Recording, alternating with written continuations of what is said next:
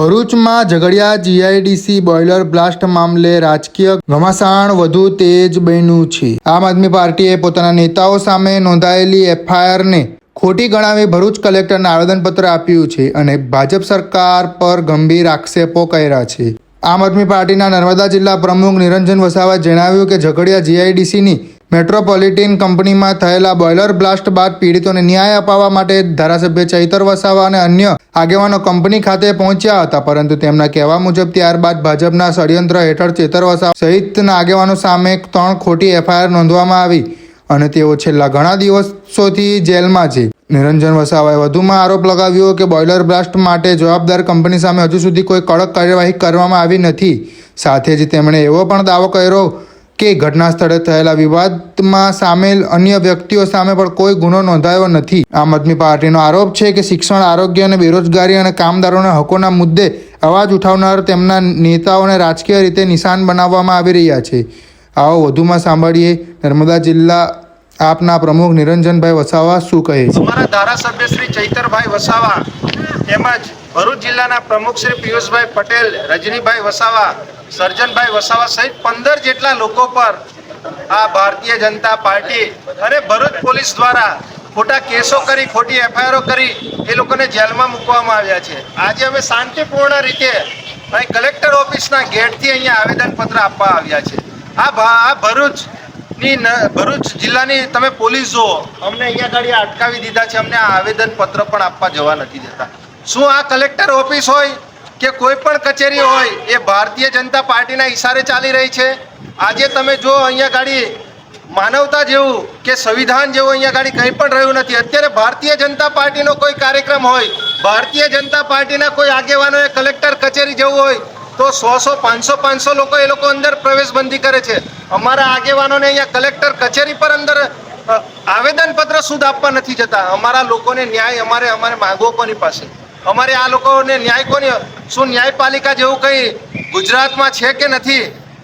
આજે આટલો બધો અત્યાચાર, આટલું બધું શોષણ, આજે અમારા લોકોને આટલું બધું ડરાવવા, ધમકાવવા, દબાવવામાં આવે છે કે કલેક્ટર ઓફિસમાં એક સામાન્ય આવેદનપત્ર નથી આપવા જવા દેતા।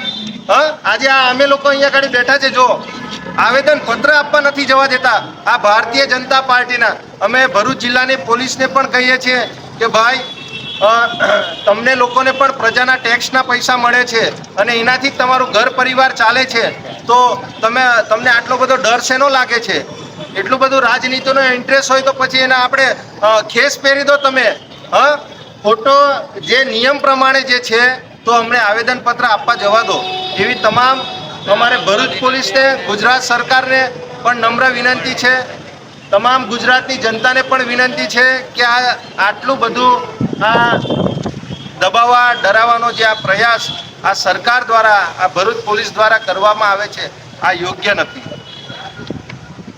અમારા ડેડિયાપાડાના ધારાસભ્ય શ્રી ચૈતરભાઈ વસાવા હોય કે ભરૂચ જિલ્લાના પ્રમુખ શ્રી પિયુષભાઈ પટેલ, રજનીભાઈ વસાવા તેમજ સર્જનભાઈ અને અન્ય 14 થી 15 જેટલા લોકો પર આ ભરૂચ પોલીસ દ્વારા ખોટી એફઆઈઆર કરવામાં આવી છે। મેટ્રોપોલિટન કંપનીમાં જે ઘટના થઈ હતી અને એ ઘટનાના ભાગરૂપે 7-8 દિવસ સુધી કોઈ પણ ભારતીય જનતા પાર્ટીના ના તો ત્યાં સાંસદ હતા, ના તો ત્યાં ધારાસભ્ય હતા। જે જીઆઈડીસીમાં, જે મેટ્રોપોલિટન કંપની છે, ત્યાં જે બોઇલર ફાટવાથી જે અકસ્માત થયો એમાં લોકો મૃત્યુ પામ્યા અને જે લોકો દાઝી ગયા હતા એ લોકોને કોઈ પણ જાતનું સુરત હોસ્પિટલમાં પણ કોઈ ટ્રીટમેન્ટ આપવામાં નથી આવતી। જે કામદારોના જે પરિવારોએ ચૈતરભાઈ વસાવાને રજૂઆત કરી અને 7-8 દિવસ બાદ એ ત્યાં જાય છે, ત્યારે રોશન વસાવા નામના વ્યક્તિ અને ભરૂચ પોલીસ અને જે કંપની છે એ કંપનીઓ દ્વારા 3 એફઆઈઆરો કરવામાં આવી। રોશનભાઈ વ્યક્તિ એક સામાન્ય વ્યક્તિ છે અને અંદર ગેટની અંદર પ્રવેશ કોણે આપી? પહેલા તો તે પ્રશ્ન છે। અને બોઇલર ફાટ્યું, આટલું મોટી ઘટના બની તો એ કંપની પર આજ દિન સુધી ભરૂચ પોલીસે કેમ એક્શન નથી લીધી, કેમ એફઆઈઆર નથી કરી? ચૈતરભાઈ એ ન્યાય અપાવવા માટે ત્યાં ગયા હતા, પણ ચૈતરભાઈને વ્યક્તિગત ટાર્ગેટ કરી, એમની ટીમને વ્યક્તિગત ટાર્ગેટ કરી અમારો અવાજ દબાવવાનો પ્રયત્ન કરે છે, અમને ડરાવવા, ધમકાવવામાં આવે છે, અમને ટાર્ગેટ કરવામાં આવે છે। એના લીધે જ આ ભરૂચમાં જે જીઆઈડીસીમાં જે ઘટના બની છે એમાં 3 એફઆઈઆરો થઈ છે। આ લોકો એકદમ નિર્દોષ છે। કેમ રોશન વસાવા પર હજુ સુધી એફઆઈઆર નથી થતી? કેમ કંપની પર એફઆઈઆર નથી થતી? એટલે આ ભાજપ દ્વારા આ એક ષડયંત્ર બનાવી અને આખું એ કરેલું છે.